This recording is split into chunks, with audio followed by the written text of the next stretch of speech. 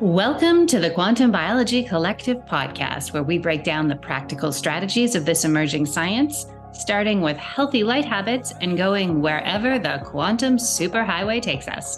This is your host, executive and life coach Meredith Oke, and I've got a special invitation for you. We appreciate you so much that we wanted to do something to make this podcast even more valuable for you. So we have created a podcast portal where 8 of our most downloaded info-rich episodes are available to search by keyword. That means you can put in any keyword that you remember or want to know more about, and within about 5 seconds, you will have the timestamp of where that word comes up in each episode with a transcript. This is super cool. We also have a couple of free downloads in there, including our product recommendation guide and a link to the practitioner directory. So please go to qbcpod.com and get immediate access to all of that. That's qbcpod.com. See you on the inside. So in episode 51, Coach Daniel White shared with us his research on the positive effects for teenagers when they wore blue blocking glasses for a few hours before bed. In this episode, we dive in a little bit more into blue blocking lenses and why they are such a crucial tool to navigate our burnout culture.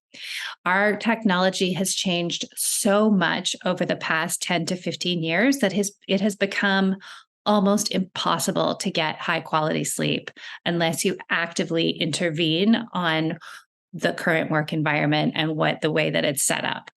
So we have today Coach Nic Tan. He is a sleep expert and he's also a biohacking gadget expert. He uses all the things, he's tested all the things, and he's here to tell us what tools we need to use, especially when it comes to sleep, to compensate for the extreme changes in our technological environment. Enjoy. Hey, good morning, Nic. Welcome to the Quantum Biology Collective podcast. Hey, Meredith. Thanks for having me. It's good to be here. Yes. So we are here with Coach Nic Tan. That is also his Instagram handle. You should follow him there if you don't. NICTAN. So Nic, you are a quantum health coach focused on working with clients who have autoimmune issues, fatigue issues, sleep issues, energy issues, which are all obviously tied together. So give us a little brief introduction of how you landed in this space, because you used to be like a corporate person in Singapore, if I'm not mistaken. Yeah, that's right. Yeah, I was for a good part of my 30s, I was working as a commodity trader back in Singapore. It was obviously a very highly strung job. Not just corporate. You were in finance. I forgot that part. Okay. Yeah, that's hardcore. Okay. Yeah. And very stressful, always thinking about work and, having my sleep and wake cycles upside down. And I thought it was just normal, just being a modern human, living life and, going after the things that I want in life. But towards the end of my 30s, then I started to feel more fatigue. I wasn't able to focus or concentrate very well. And one thing led to another. And before I knew it, I realized that I had Hashimoto's. Wow. Yeah, so I kind of went through the whole, normal allopathic path. That wasn't working very well. And then tried out the functional medicine as well, lots of supplements, and it was great for a while, but then as soon as the supplements comes off, all the symptoms starts coming back. Right. So that led me to, try to basically figure out things on the internet, trying to find things that I haven't actually seen before. And one thing led to another, stumbled upon Dr. Jack Kruse. Yeah. And the things that he introduced and was talking about was like completely new to me, and no one that I've heard in the internet was talking about things. And intuitively, it was a tough pill to swallow in the beginning. Mm-hmm. But as things weren't working and I was basically forced to try and had to be receptive to other things that might possibly work, especially if it's low risk, I figured, why not give it a shot? And the first thing that I tried was putting on a pair of blue light blocking glasses. And I used to have terrible insomnia, and I would be the very typical night owl type of person where I would sleep till late in the morning and then wake up feeling tired. And then afternoon, I'll be like, I could use a nap, but I'll be in the office. And then when the night time comes and it's time to go to bed, I'll be like wired but tired, and I wouldn't be able to go to sleep till like 2, 3 in the morning. Yeah, so it was a problem. And the very moment that I thought, okay, let's give this, my very first pair was the pair of UVAX from Amazon. Right. Which for people who don't know are just like super cheap glasses to protect your eyes when you're working like in a workshop or something. Yeah, that's right. Okay. It's kind of like orange. But they're orange, but it's like orange plastic, right? Mm-hmm. Okay. That's right. Yeah. It's really cheap. It's like $15, very low risk. I figured let's give it a try, Okay. Like my sleep is worth a $15 experiment. Okay. So I put it on like 9 p.m. watching TV, and my eyes started tearing. And before I knew it, I was like yawning. And before 10 o'clock, I was in bed. Wow. So this is the very first night. Yeah, very first night. Wow. My wife was surprised. I was surprised. I had a good night's sleep without, the regular, staying up to like 2 racing thoughts and, trying to figure out what's going to happen tomorrow. Wow. Mm-hmm. It's amazing. I had a friend she was telling me about some sleep problems. And so I suggested like the blue blockers, and she was kind of like, all right. And she did it. And I saw her after. She was like, oh my goodness, I slept all night. It works. Yeah. So I just want to pick up on something, because as you're talking, I'm sort of reflecting back to all of the interviews I've done. And I'm noticing that like there are so many young men who either worked really hard through their 20s and early 30s or played really hard through their 20s and 30s. But either way, they had a very dysfunctional circadian rhythm, burning the candle at both ends. And it's just interesting to me that how much faster people are burning out, right? Like when I think of, a generation that did this maybe through the 1980s or through the 1970s, like I don't think they hit the wall the way people are now. And it's suggesting to me that our environment has changed so much, and our light environment and our frequency environment has changed so much that like, we're not making it out of our 30s before we're really like starting to fall apart. Yeah, very much so. I think lifestyle component has a huge play at this as well. Obviously, the number of workloads and the expectation to perform at work is huge, especially being in the finance industry. So you always have to bring in your A game, but in terms of demand-wise, after work, you have to obviously meet your clients, you have to entertain them. And before you know it, you're having like late night dinners. That's a huge one as well. And then, followed by entertainment, alcohol and whatnot. And before you know it, like the general person in my industry typically sleeps at like 12, 1 o'clock. And, that obviously has an impact on our cortisol, and then, that dysregulates the melatonin. So then when everything starts to go upside down, it's very easy to then just justify that, hey, I just got a night owl personality without really examining what's in our environment, for example, light, lifestyle that could be causing these things to malfunction over time. Because I feel like people used to be able to get away with it a little longer, right? Like I mean, I didn't, my lifestyle wasn't from work. It was, just from having children and whatever, but, the lack of sleep and those kinds of things. But yeah, like I was in my mid 30s when I started to hit the wall, and so were you. And so I'm just thinking of so many different people. And I feel like, like we used to be able to get away with these lifestyles longer, but the assault on our systems that we have now from, I mean, what do you think? Like, I'm just thinking like how much the light bulbs have changed, and the screens and the smartphones and the Wi-Fi and the 5G. And it's like, it's like we have to grow up and take care of ourselves at a younger and younger age, I feel like. Yeah, very much so. And like it's one of those things where majority of the public are not aware of, right? And then I remember when I first started work, it was still the dumb phone, so to speak, really tiny screen. There wasn't any colors, and obviously that doesn't cause too much of the blue light hitting our eyes compared to the evolution of iPhone. That's like, I think now 12 or 13, which is getting like richer and richer in color, which is great for entertainment, but at the same time, it's very rich in the blue light blasting in our eyes and our face. And one of the typical things, obviously, apart from working, being exposed to blue light and the non-native wireless radiation, is also being up late at night, checking emails, which is really terrible, without obviously understanding that the mechanism of how blue light actually interrupts our circadian rhythm and kind of like tricks and confuse our body into thinking that it's daytime when it's actually like 11 o'clock at night. Yeah. Right. So let's just, while we're here, do a brief recap on why that's so bad. So I'm just going to, I'm thinking of like a person who, let's take your example. Okay. You're a person, you're a commodity trader. It's 1989.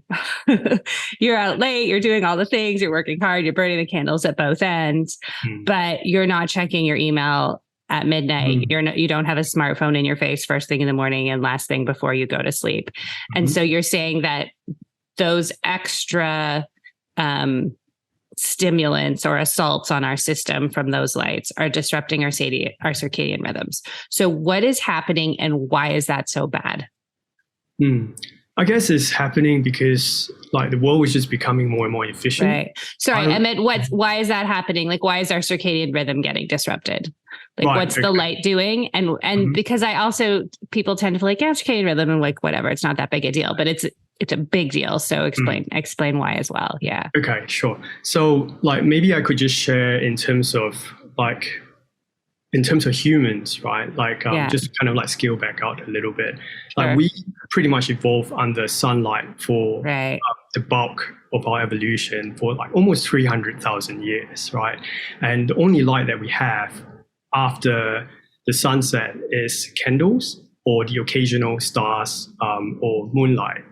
But then ever since the invention of light bulb about 150 years ago, like essentially that allows us to alter the night environment in modern humans. And if you think about things, that's a really, really tiny fraction of what our ancestors had to evolve under. And in terms of candle, it's about a 2% melatonin suppression compared to the evolution of light bulb. And then obviously all the way to 1990s when the Japanese started to introduce blue light into the light emitting diodes just to make things a lot more energy efficient. That was essentially when we start to see things becoming more efficient, but at the same time also insomnia and all the other disease starting to become more and more common. Even things, for example, cancer. We've seen a huge spike if you look at the graphs over the last 100 years. Autoimmune condition, autism. Could it be just food, or could it be also certain stimulus in our environment that's causing that? Yeah. Right. And if you think about things, 150 years is not really that long, right? Yes. Like, obviously, blink of an eye, evolutionarily speaking. Yeah. It's like 0.0005%. So, yes. Really big. So our bodies have had no time to adapt. And even I think, even just like the last 10 to 15 years with the tablets and the smartphones and the LED light bulbs, it's really become so intense. Okay. So you said something there. So you said like a candle. So light after sunset, when it's totally dark outside, that's when our melatonin starts to be released. And if we look at light, it suppresses the melatonin. So you were saying a candle suppresses it about 2%, whereas what about like us looking at your phone on factory settings or like turning on an overhead LED? What's that? Yeah. So how much is that suppressing the melatonin, and why is that bad? Right. Yeah. 100%. So like in terms of light bulb, we have 3 different types. So incandescent, that was pretty much the very first light bulb that we were using that got commercialized. That's about 40% melatonin suppression. Okay. And then during the oil crisis in the 1970s, light engineers starts to look into ways to reduce the energy efficient, and that's how the compact fluorescent light came into the market. And they were able to essentially remove a big part of the red, which basically causes heat in the light bulb. And with the reduction of that, they introduced more of the green, and that was how the compact fluorescent light came into the market. And in terms of energy efficiency wise, that was probably about like 60%, 70% compared to the incandescent, but that wasn't enough. And then 10, 20 years later on, closer to year 2000, that was the commercialization of the LED. That was about 80% melatonin suppression. And they further removed the red as well as the green to increase more of like the blue in the market. And before we knew it, like everything around us these days pretty much has, in terms of light that's coming out from devices, almost everything in that we're exposed to these days in our household has some form of LED component. Everything from our television to our microwave to our phone and tablets. Yeah. So what happens is this blue pretty much signals to our brain that it's actually daytime, which is when, if you look at things from a sunlight point of view, blue is usually the richest when the sun is actually at the highest part of the horizon. So that essentially, when it's coming from the sun, it's actually a good thing. It's telling our body that what time of the day it is and what sort of processes and whatnot that the body should be working in alignment with the sun. But the problem comes when the sun sets and we are looking at the phone, and these artificial light essentially confuses our body into tricking us into thinking that it's actually daytime. It's not time to go to sleep. It's time to move around, be alert, and maybe hunt for food, versus it's time to rest and digest. Yeah. Right. Okay. So what I hear you saying is that up until the invention of the light bulb, and even then the earlier light bulbs were not suppressing our melatonin as much. And then the more energy efficient they become, the more the brighter, the more blue light, the more they're suppressing the melatonin. So now we are basically surrounded, unless we intentionally choose otherwise, if we just default to what's available, we are surrounded by melatonin suppressing agents. Yeah, very much. Like streetlights, headlights, our light bulbs at home, our screens, all of it. So why is it so important to have that melatonin be released? Which I understand. So the melatonin is supposed to be released, like the darkness allows it to come out. We're not doing the darkness. What is so great about melatonin? Like, why are we like, it's like, oh, whatever. It's just melatonin. I'll just take a pill. Yeah, that's probably not a good move. But like from a layman perspective, I think majority of the people actually associate melatonin as a sleep hormone, which it is. It's a very powerful one. Yeah. But what's lesser known as well is melatonin also has other different controllers, and it's actually not just made in the pineal gland, but also in the mitochondria. And essentially, I think what some of the latest study that's coming out and is really fascinating is they have actually found that melatonin is also an antioxidant, right? So it actually helps reduce oxidative stress. It protects the electron transport chain in the mitochondria. So that helps us from a cellular level to essentially help us become more energy efficient. And obviously, the more energy efficient we are, then the healthier we become versus someone who is lacking in energy. So on top of that, I think another really interesting study is it also has a bit of the chelation component as well. So melatonin is not just for sleep, but it's a very powerful antioxidant. But the mechanism of how it secretes throughout the body is the same, which is the absence of light after dark. So it became a real priority when I realized how important this really is. And obviously, why don't we supplement then, right?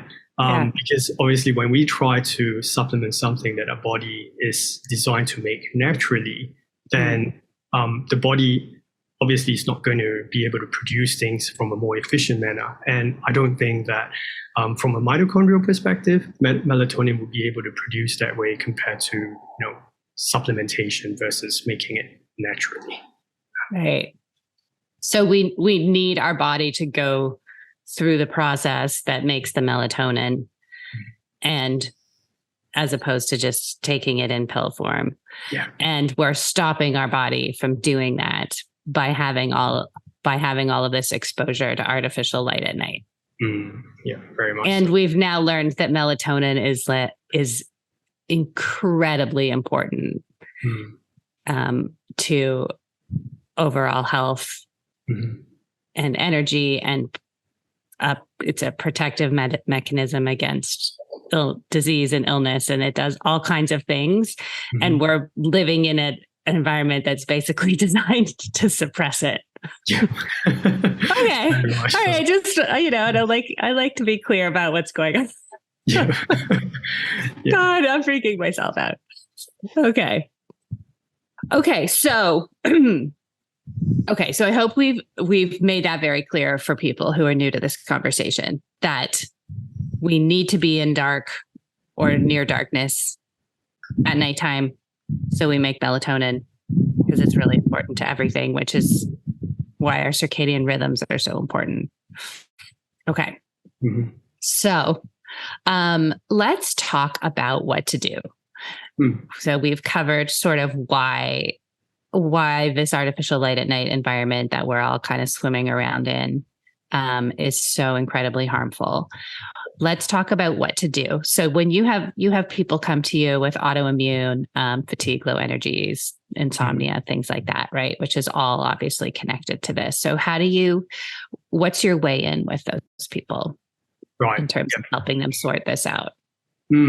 So majority of the time when we find ourselves in more of like a disease state, I tend to look at things from like generally from an energetic point of view. And usually the first thing that I would tackle is how's your sleep? Yeah. And most of the time, I always hear that it's not great, or I'm on. Okay. So your first question is, how's your sleep? How's your sleep? Yeah.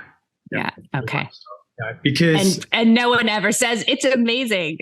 I sleep 9 hours a night and I wake up feeling refreshed. That's not the answer. That's right, and it's true. And if you think about things like energy is pretty much like an indication of a pre-disease state, or that's how I tend to see things intuitively. Okay. Because if you mean like a person's energy level is kind of indicative of how close they are to being in a diseased state. Yeah. Or like, I would say that a healthy individual, like if you're doing things all naturally, generally, do you wake up feeling refreshed? Do you have all the necessary energy to do your work? Do you have mental clarity? Are you productive at work? Generally speaking, most of the time when we start to experience like fatigue, especially in the morning, or even, brain fog, difficulty performing tasks or prioritizing things, that's usually a sign that, could potentially mean that we didn't really sleep very well, So generally speaking, when I hear things in my practice that, I'm really tired, even though I've slept 7 hours or sometimes even 8-9 hours, but I'm still feeling tired. What's going on? Most of the time, it's actually tying back to circadian rhythm, right? It's not just about sleeping as much as possible, but it's also the quality of your sleep. Are you sleeping naturally, or are you having sleep aids? So I tend to, because of this, I tend to try and focus on the root cause of things, so that if we get the sleep in order, then generally speaking, that can give them back a little bit of quality of life, at least during the daytime. And that helps them put things into perspective of the importance of circadian rhythm. And that further makes things a lot easier for them to be more open and receptive to other types of lifestyle modifications. Right. Yeah. And I certainly relate to that, because that was my situation. I was sleeping 10 hours a night, which, like, to organize my life to get that much sleep was like I was like, really? Yeah. And I never felt rested. Like, I would wake up and still feel tired. And that was just even like psychologically and emotionally really demotivating, right? Because I'm like, here I've structured my life in a way where I like crash for 10 hours every night, and I'm still tired, and I still don't feel refreshed or well rested, or very, very rarely, right? It was like there was no matter how much I caught up on the sleep, it just never seemed to make a difference. And that's when I started to learn about what you're saying, like the quality of sleep. Like, what is your body doing what it's supposed to do? So you may not be conscious, but that doesn't mean that that what's meant to be happening is happening. Okay. So you talk to people about their sleep. It's usually not very good. So walk us through, like some very the first few easy things that we can do to start to restore that. Yeah, 100%. Sleep quality. The first thing is obviously light hygiene, and I guess it's more of helping them become aware that the light around you actually has an impact on, your life, your health, as well as your sleep quality. So I really try to get them to buy into the idea that if you fix your sleep, then, your life is going to be better. So typically blue blockers, that will be the very first step, based on my personal experience, as well as the people that have helped. That seems to be one of the biggest needle mover. So I typically tend to get them as starters to try them on, see how they feel. And if they can feel the impact, then we could look into other things, such as the introduction of rate shifting your phones, or even investing in one of those like red light shifting softwares on your laptops or your MacBook. Okay. That one's called Iris. It's a pretty good subscription that you can consider. So those will be the two main things that I would focus on first. Yeah. Okay. Let's dig into those a little. Because we've mentioned blue blocking glasses on this podcast a lot of times. So I'd like to just really clarify what we're talking about for people. So first of all, what are blue blocking glasses, and what do they do? And when do we wear them? Sure. So there are a couple of different types, but just to keep things simple, essentially blue light blocking glasses they're slightly tinted either in orange or from yellow, orange, or red, depending on how much blue and green that you would like to filter out from the artificial light sources. There's a little bit of color distortion, so it does require a bit of getting used to.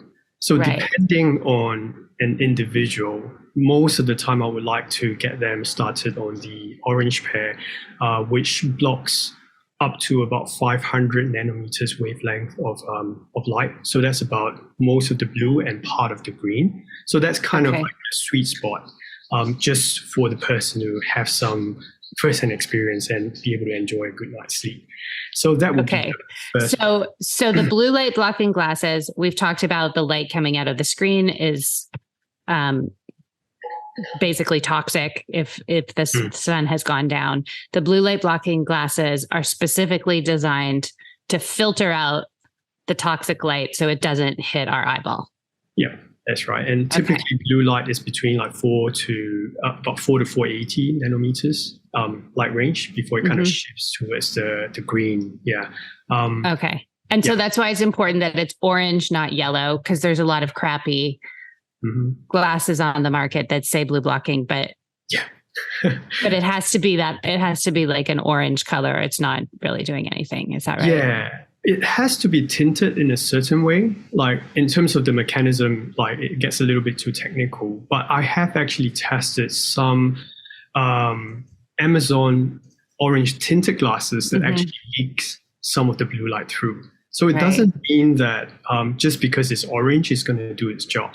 And the same thing goes for those prescription eyewears that markets itself as blue light filtering glasses, but it doesn't have any form of tinted protective coat on them. That tends to also offer nothing but false sense of security. And I've tested those as well. And pretty much the blue and the green that passes through those prescriptive eyewear is pretty much the same as, without wearing a pair of blue blockers. Okay. All right. So this is really important. So not all blue blocking glasses are created equal. And that term can be used. So it could be filtering out just a tiny little bit that's barely making a difference, but you could still put the words blue blocking glasses on the package. Yeah. Okay. So how do we, if somebody does want to go on Amazon or go on the internet and order some glasses, because to my knowledge, you still can't really buy these retail. Like I've never seen quality blue blockers retail. So I think you do have to order them. So what should people look for? How would they know, okay, this company is legit and these glasses are actually going to do what I need them to do? Yeah. So typically I tend to test everything with a spectrometer to make sure that they actually work and checked out. Because some of the ones in Amazon, the ones that are mass produced and made in China, they look really good. But the problem is they tend to leak out just a small percentage of blue, which is not ideal. Typically, what I would typically do is test with some of the blue blocking companies that I partner with, purely because, not so much because of commission, but purely because I've vetted them and made sure that they actually work and deliver the results for my clients. Then I would basically recommend those because I personally tested them to make sure that they... So for those of us who don't have spectrometers lying around, why don't you tell us some good places to get blue blocking glasses? Sure. Yeah. The one that I typically recommend just because it's affordable is the Midwest Light Therapy ones, purely because it's like, for the price of like $35, you can get a decent pair to have that experience. But then as you go along, we tend to collect other glasses. Yeah. So and I think it's good to look from a budget perspective, because you can spend like $200 or you can spend like $35. And so what was the brand that you just mentioned at the lower end of the price range? Midwest Light Therapy. Oh, Midwest Light Therapy. Okay. Yeah, that's right. And then obviously if you like it and your eyes get accustomed to it and you don't have any issues with color distortion, so then you can kind of look into some of the more trendier pairs or customize your own frames. Then other companies such as Raw Optics, Viva Rays, a whole lot of them can actually help you out with those like specific customization or widen up the range of designs that you can actually use. So you can actually look, I guess, like more hip and trendy and wear them when you go outside as well. Yeah. Right. So as you go up in price point, there's some differences with the way that they're made, but there's also more options in terms of styles and things like that. Yeah. Okay. Because I'm also conscious, because when I talk, I'm often thinking of families, right? So there's 5 people in our family. So if I was, if someone was like, oh yeah, you just need to get everyone blue blockers and they're like $200 each, I'd be like, okay, that's a significant commitment. So we have, because we have kids and a puppy and things get stepped on and chewed. I have my own nice pair for me. And so does Jason, my husband.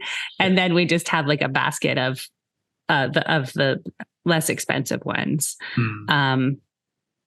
So I'm just sharing strategies here for people who are like, okay, what are you talking about?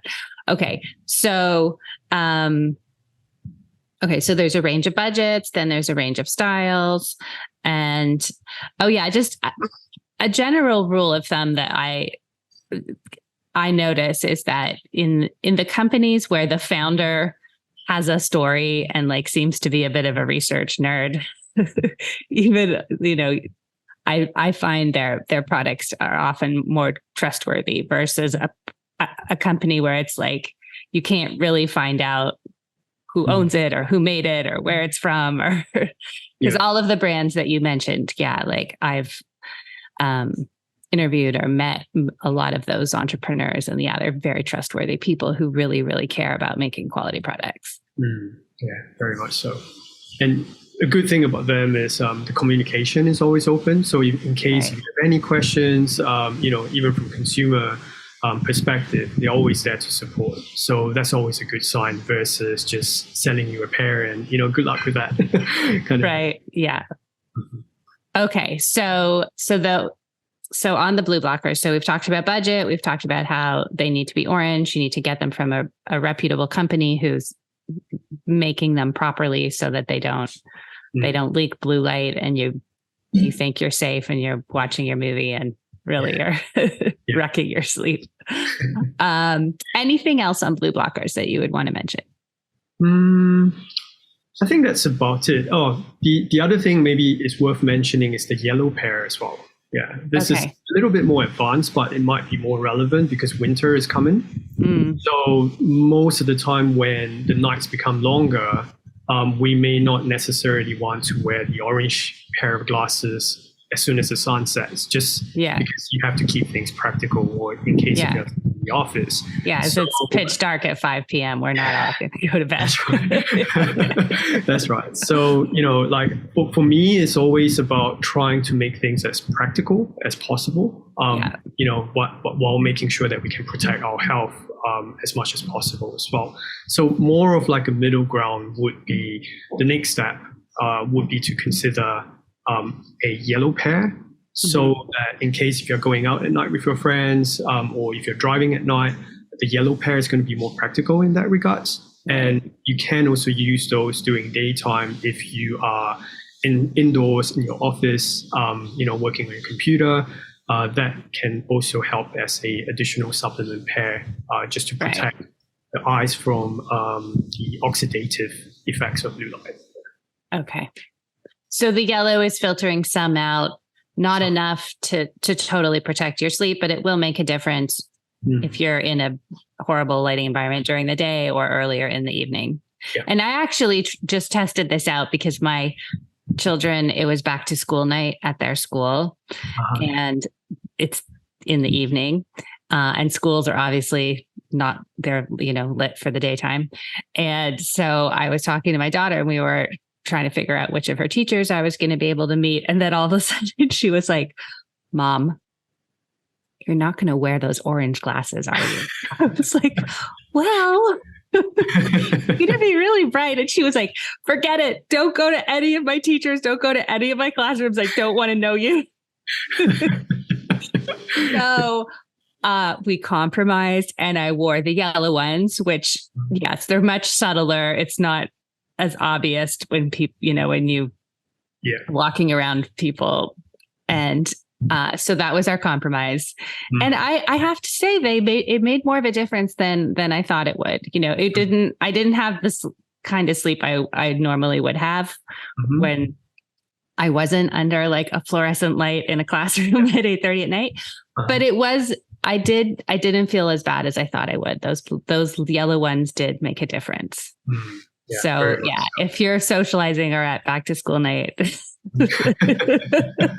it can come in handy for sure. The yellow ones are slightly less obnoxious. That also reminds me, I was actually meeting a bunch of people who we were all studying this work, and I went into the restaurant and I had my blue blockers on, and I was looking for the table of people, and I was looking over the shoulder of the woman at the front, working the front of the restaurant.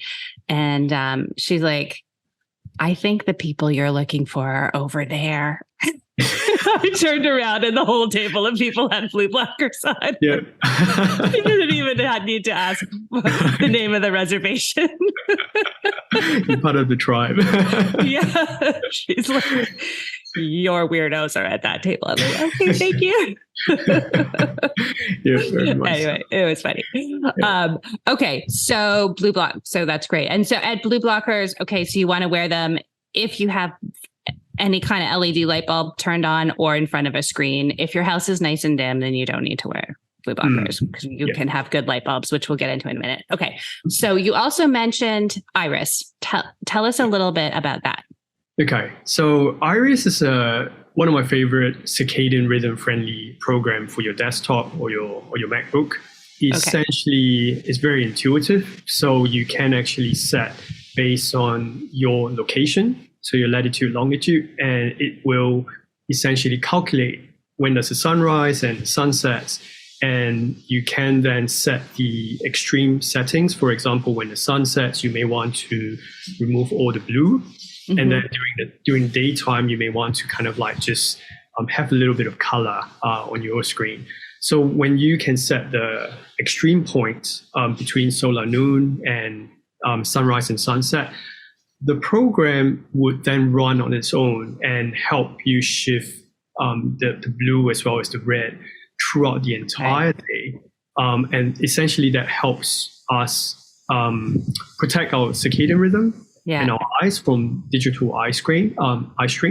And at the same time, like when the sun sets, it would just automatically reduce the blue down. So you don't have to manually adjust anything every single day, which can become cool. a bit of a hassle. Yeah. I actually didn't know that. I always turn it on and off. Okay. So that's a good tip. Thanks, Nick. Okay. So Iris is a software that we can download onto a laptop or a desktop.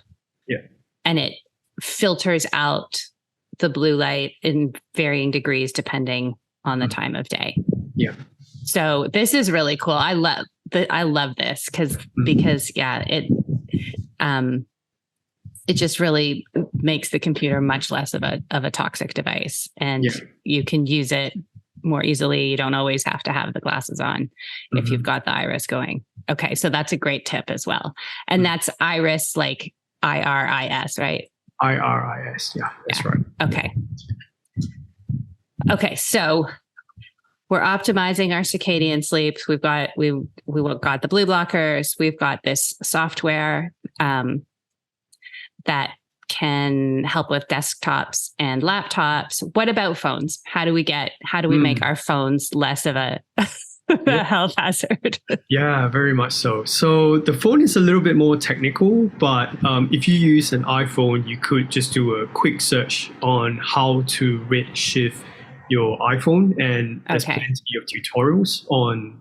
So we want to redshift our iPhones, right? So there's a way. You could, it's on YouTube. You can go into settings and just takes a minute, and that'll help make the screen on your iPhone go red when you want it to, like in the evenings. Okay. Yeah, that's right. And then some of my clients may find that a little bit too harsh in the very beginning.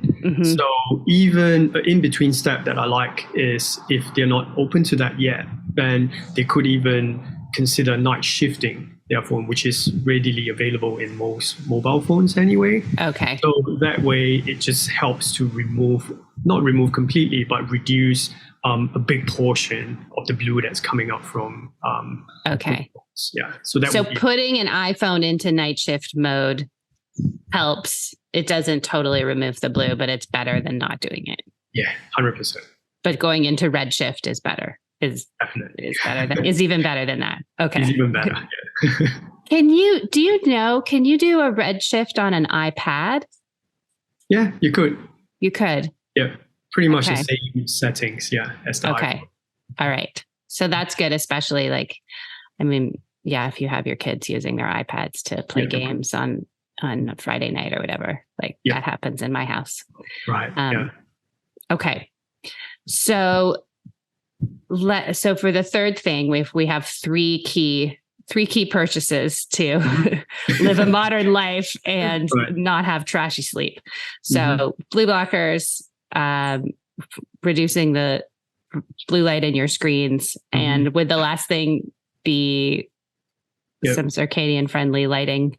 Yeah, 100%. Would you say? Okay. Yeah, definitely. So I would say introducing or learning how to adapt to orange or red light bulb would obviously be the most optimum thing to do for your health.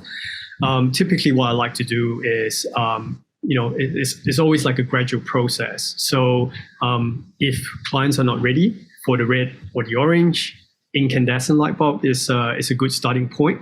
So at least that kind of cuts the melatonin suppression by half. And then when they can feel the benefit, I tend to encourage them to shift, starting from a bedroom into more of like an orange or red light. And that way, at least from a bedroom perspective, they haven't actually got anything that's going to throw things off closer to bedtime. And then obviously, the better you feel and the more you trust the process, then you can always expand this this light fitting thing into your living room or your kitchen. And ideally, like for myself at least, I tend to live without any blue once the sun sets. So that way, I don't really need to like focus so much on protecting my eyes because my environment is pretty much free from blue light. Yeah. Right. Yeah. And that's a great point we can, if we try, just don't turn on those overhead lights, have some lamps with incandescent bulbs if you can find them, or circadian optimized bulbs. I was mentioning, I talked to Daniel Ebbett at Black Light. He makes good ones. That's a really good one. Yeah. And then if you in a place where you don't have control over how the environment is lit, or you want to watch a movie or something, that's when you would put on the blue blockers. Yep, that's right. Okay. Nic, this has been so clear and so helpful. I know you have an appointment with a client in a few minutes. So is there anything else that you would like to share with us? You have your research and that you've done into the science behind all of this, as well as all of the devices that are available and what is most useful, is like very, very helpful. So appreciate you sharing it all. Yeah, no, not at all. Thank you for having me. And I guess apart from eliminating bright blue light at night, I guess the next component to balance things out so that you can have a healthy circadian rhythm overall is to embrace the sun when the sun is out. Yeah. That's a great place to end. Absolutely right. Because that's that's a whole other rabbit hole. But yes, to be outside during the day, even when it's rainy. Like I had a chair, I pulled out one of the kitchen chairs under our front porch today because it's covered, because it's pouring rain, but I still wanted to have that time outside, especially in the morning. Very much so. Yeah. Right. It's a really amazing tool. So like, rain, shine or cloudy, like we should always spend, a good amount of time outside as much as possible. Yeah. Right. Because that light is programming our body in a healthy way, in a way to make it work better. Yep. Unlike all the stuff we just talked about, which is the opposite. Yep. Okay. And Nic, how can people find you if they want to work with you? Sure. Or if you want more info, or you've got lots of really good downloads and things like that available. I guess the best way is to follow me on Instagram, on Coach Nic Tan, NICTAN. That's probably the best way to reach out to me. And thank you very much, Meredith, for the opportunity. To speak. Well, thanks for sharing. You are a wealth of information. I'll have to have you back on, and we'll dig into some more high level devices. But it was really, I think, really helpful just to cover those three key things for people to do and buy: light bulbs, blue blockers, blue light blocking software. So thanks for explaining it so clearly, Nic. No problem. Thank you. Okay, bye. See you soon. Okay, bye. This has been the Quantum Biology Collective podcast. Don't forget to sign up to the QVC Podcast Insiders Club at qvcpod.com. That's qbcpod.com. We've got 8 fully searchable episodes, as well as a product guide and the practitioner directory. And we'd love to hear from you. So when you log in there, there's also a form to fill out to let us know what you think and what you'd like to see more of on the podcast. Thanks for being here.